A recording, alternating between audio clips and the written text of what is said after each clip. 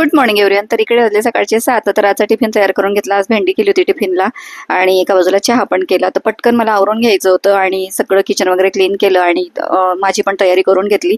पुन्हा आपल्याला निघायचं होतं ड्युटीला. आता तुम्ही म्हणणार माझी तर ड्युटी नाहीये, पण मला आता वेगळीच ड्युटी लागली सोबत जायची, कारण त्यांचे जेवणाचे हाल होतात. मुलांजवळ आता आई बाबा आलेलेच आहेत, त्यामुळे मला टेन्शन नाहीये. मग म्हटलं चला. तर निघालो आम्ही, लागलो प्रवासाला आणि आता 1 तासाने येणारच होतं गाव आमचं आणि त्या ठिकाणी गावीच बदली झाली, त्यामुळे मग आता त्यांना मंडेपासून जायला लागतं. तर म्हटलं चला, त्यांच्या जेवणाचे हाल नको म्हणून मी पण सोबत जात असते. तर आता वाटेत आम्ही नाश्ता वगैरे करून घेत असतो. मग घरी गेल्यानंतर टेन्शन नसतं आणि निघतात डायरेक्ट जॉबला.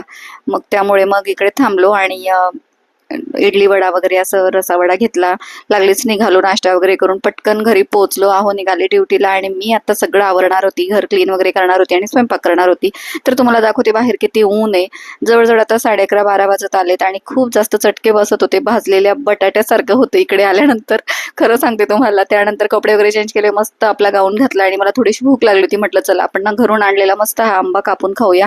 तो खाल्ला. त्यानंतर इतकं उकळतंय ना आणि एसी पण आमचं कुलिंग करत नाही आई बाबांच्या घरातला. मग ते दुरुस्त करण्यासाठी आहोंनी माणसं पाठवली होती, ते केलं. त्यानंतर संध्याकाळी आले. दुपारचा वेळ माझा असाच गेला आणि इकडे आमच्या धुळ्याचं हे सगळ्यात मोठं हॉटेल आहे बरं का, आमच्या घराकडचं, म्हणजे सरगम म्हणून. त्यानंतर मग खूप वर्षानंतर मी इकडे आता रगडा पेटीस खाणार होते आणि धुळ्याचे जे असतील ना त्यांना माहितीये, जय भोलेचा रगडा पेटीस एकच नंबर.